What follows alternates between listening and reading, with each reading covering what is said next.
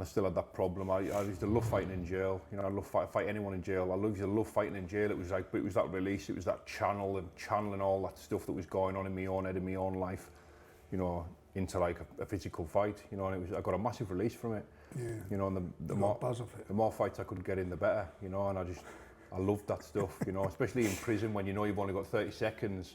Yeah. You know, I could do some damage in 30 seconds, and. This kid pushed in front of me anyway, and I'm not even sure I was going to do anything until I asked him. I said, you know, do I not exist to something? What are you doing? And he just looked over his shoulder. He was like, deal with it, mug. And I don't know if 10 or 20 seconds went by, and I was just like, I don't know why. We were in the door of the canteen by this time, and I drove an elbow into his ear. I split his ear, and he went down, and I fired a couple of kicks in.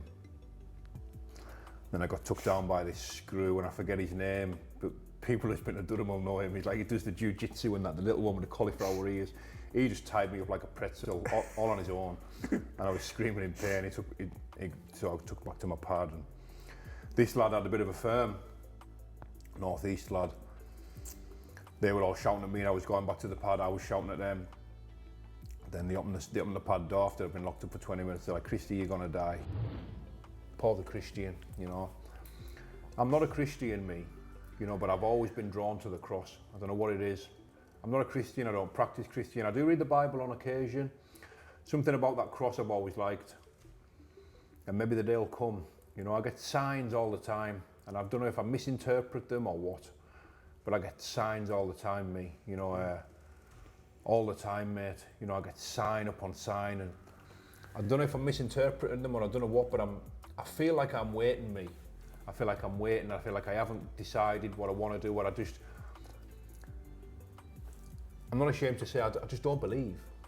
You know, I don't believe. The day might come where I might believe that Jesus died for me. But you believe in a higher power. I know there's a higher power, mate. So, did you feel like you got you released then of all that anger, all that emotion and frustration from the year of losing your granddad, blaming him? Yeah, I felt like a winner.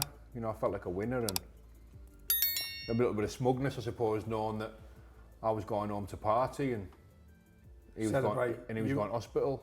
Scored a belt and knockout. Some knockout as well. Yeah, loved it. Some knockout. What a feeling, mate. What a feeling, you know, to lay somebody flat like that in their own backyard. A champion, undefeated kid, you know, beat all the people that I'd looked up to for years.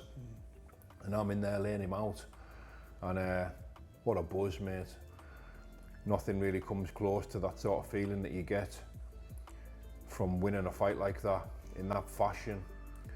I've said it before, you know, nothing on earth, no substance on earth can make you feel like that, can replicate or mimic that feeling. Nothing comes close.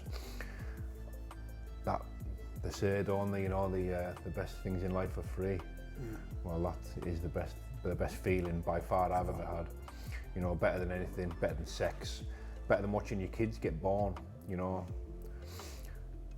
It's that release of everything, all the dopamine, all them feel-good hormones, adrenaline, and all the glands just like shoot the bolt, you know, they're just massive amounts of it into the bloodstream, mate.